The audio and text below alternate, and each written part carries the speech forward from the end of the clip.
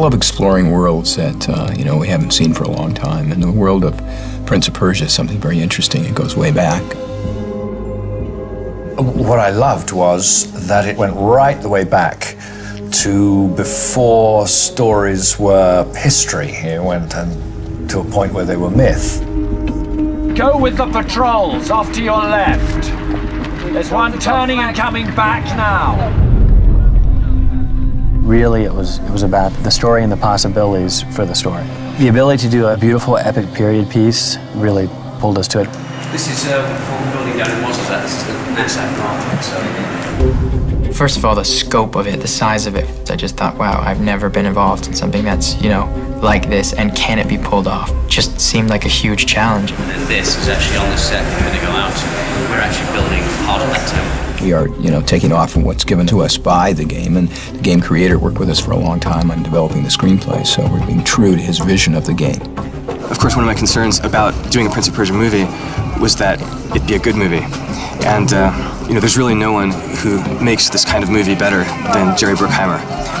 So the first thing that we're going to do is I'm going to show you how the taking of the city bursts out of the yard which you have just taken.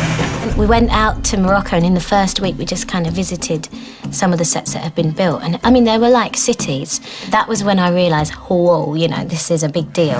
When they look down off the plateau, right, they look down on this city, and this here is that there, all right? Everywhere our eyes looked, we saw the most exquisitely carved walls, drapes, ramparts, and in Morocco, the nature itself, the camels, the thousands of horse riders, the horses, the dust. It's really uplifting, and it honors our craft to such a degree. The film takes place in a very distant, far-off land in Morocco, so it has so much beautiful scenery, from mountains to valleys to desert.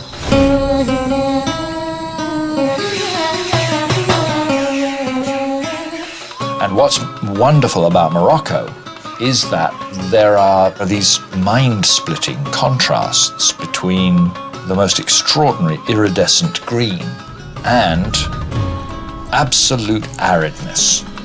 It's a really beautiful country. We'd have our days off, and I would just drive out into the desert, like just drive and drive and drive and drive. It's quite stunning, and it's not surprising that so many films get to shoot there, because it's very rewarding visually.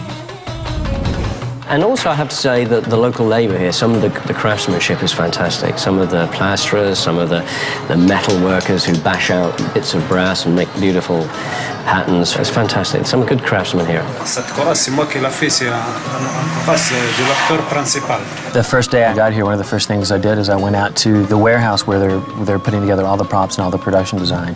And it's filled floor to ceiling with lamps to swords to all sorts of elaborate weaponry. All of it was made there on the spot, by hand, by local artisans. We spent a lot of time on the design of the dagger. It was very important. It's the thing that releases the sands of time.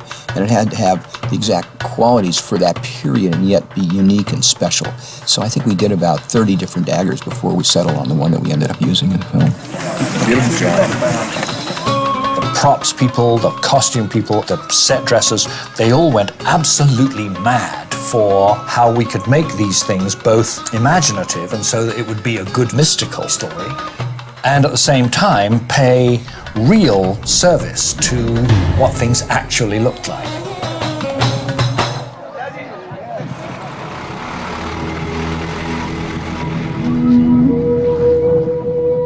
The most challenging thing about Prince of Persia has just been the locations we've shot, moving people around, hotels, transportation, logistics, also facing wild animals, vipers, and a few other scorpions, a few other things along the way. Jeez. What all the guidebooks had said was, this is a marvelous country, splendid place to be, just don't go in July and August. And so, of course, there were impossible to break reasons for us to shoot in July and August. So it was very, very hot. 108. It was over 100 degrees just about every day. And, you know, our actors were wearing these heavy costumes, and it was really difficult. We had to keep hydrating them so they wouldn't get sunstroke. The nature of the landscape, which which is why we're here. It is the hidden valley, but it means it's also hidden to try and get the equipment into, and the very narrow paths are one way in, one way out, and that can make it humorous at times or frustrating.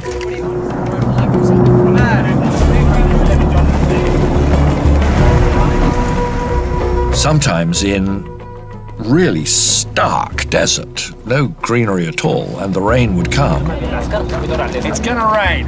Everybody said, oh, it's never happened like this before. Oh, my grandfather remembers in 1871. It was tough. I mean, this is the hardest work I've ever done. And rightly so, we're making an action film that has to look absolutely genuine.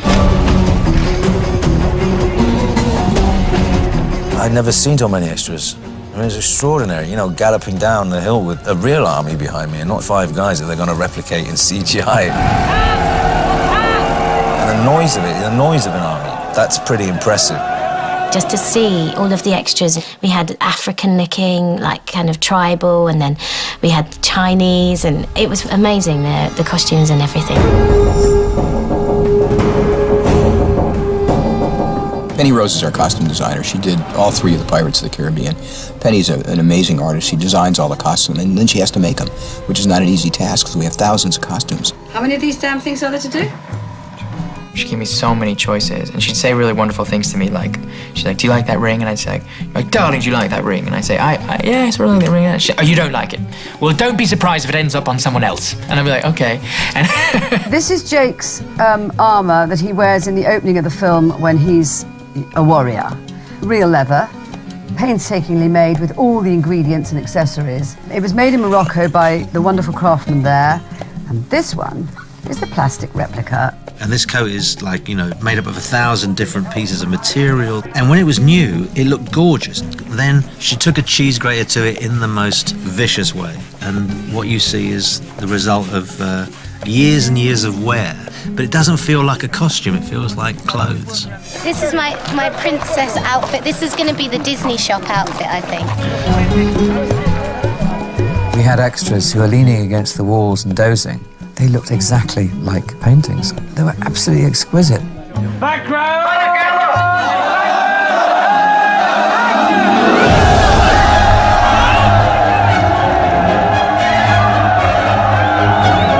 I never thought ostriches would ever end up in one of my films, but it's a hysterical sequence.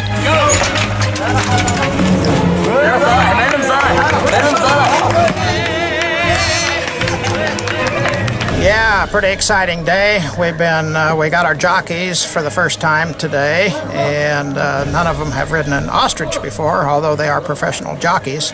But it's a little different riding an ostrich. It's very difficult.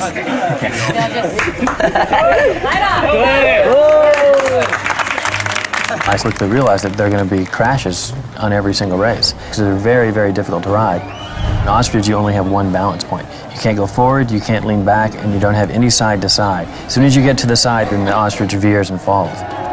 Yeah, we had 3 or 4 tumbles. Nobody seriously hurt, thank goodness. My number is 5. Number 5 is good. It's good, Chavai. Thanks. Thank you so much. Thank you so much.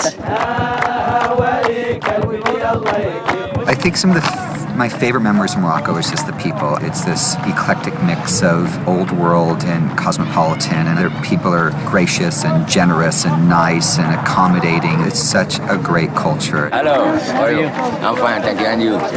Yeah. The Moroccan people are the sweetest, kindest people and the hardest workers.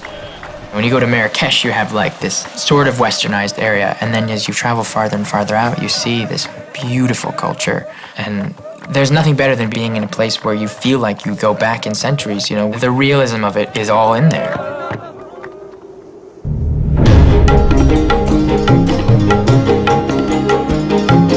We did a lot of our filming in England and at the Pinewood Studios, which has the largest stage in Europe called the 007 stage, where they did a lot of the Bond films. And on that stage, we built this enormous exterior of the castle. This is the lower part of the wall, right? And that's the upper part of the wall. They go together. We took over 9 of their 11 stages with our sets.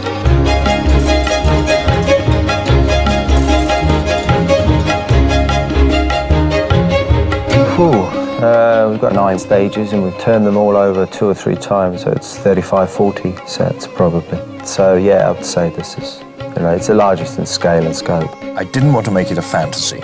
I wanted to make it seem as it must have seemed to people in the 4th and 5th and 6th century, which is when this is set. And what I then wanted to do was to have a big contrast between the world of the prince and the world of the princess. The Persian stuff was obviously based on Persian period architecture around the sort of turn of the century. And with regards to obviously the Alamut, you know, it's based a lot on sort of Hindi-style architecture, so in its materials and motifs. Why would Dastan come to Avarat, where he knows it's dangerous? I was wondering the same thing.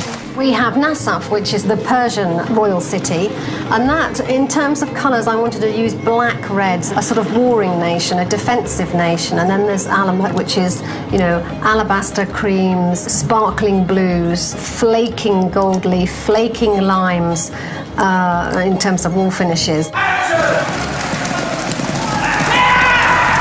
A lot of this was obviously built in Morocco as well, so it feels like you're in a parallel sort of world, you know. It's really weird because a lot of it is the same as what you saw in Morocco. In the A stage, in the set there, the bazaar, all the doors and shutters, metalwork, were all sourced in Marrakesh. And action! Jake did such an amazing job training himself for this film. First of all, he had to learn sword fighting, he had to learn how to run and to jump and to fall. I expected the acting, I expected the lovely looks, but what I didn't know about him was that he would be an absolutely God-given action hero. He can fight and he can ride and he can clamber and jump. We did a ton of fighting rehearsal. I mean, starting with like a strike and a parry, and then slowly moving on to much more difficult choreography. And now he stabbed, and that stabbed him on that. Right, good, good, good.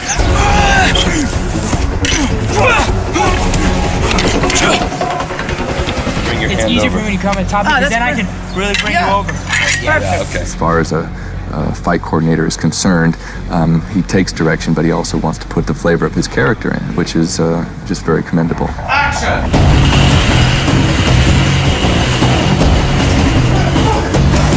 The character in the game does an enormous amount of parkour, so it's something that we incorporated also into the film.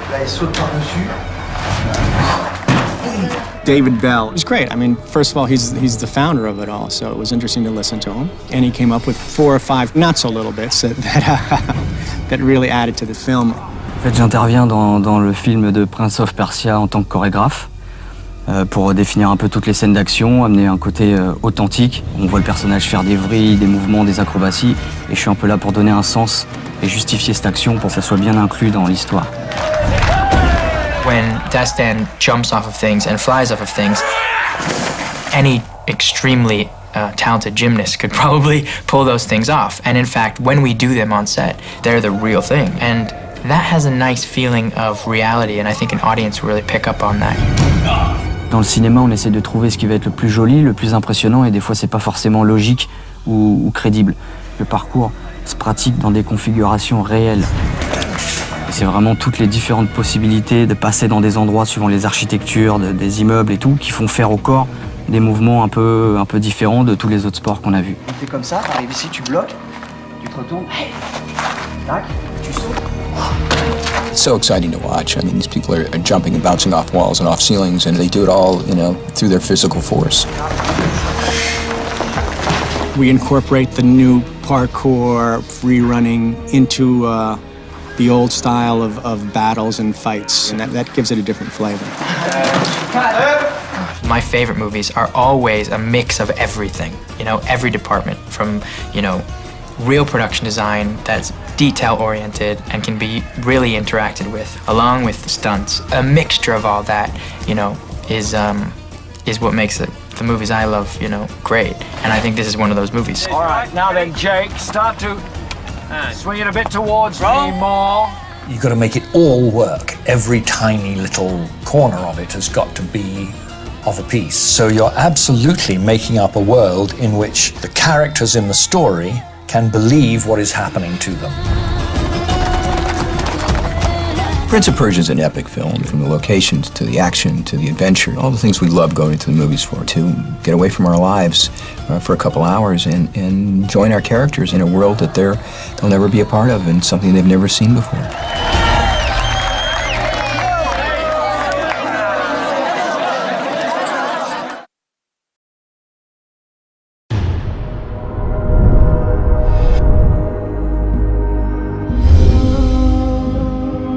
I love exploring worlds that, we haven't seen for a long time. And the world of Prince of Persia is something very interesting. It goes way back.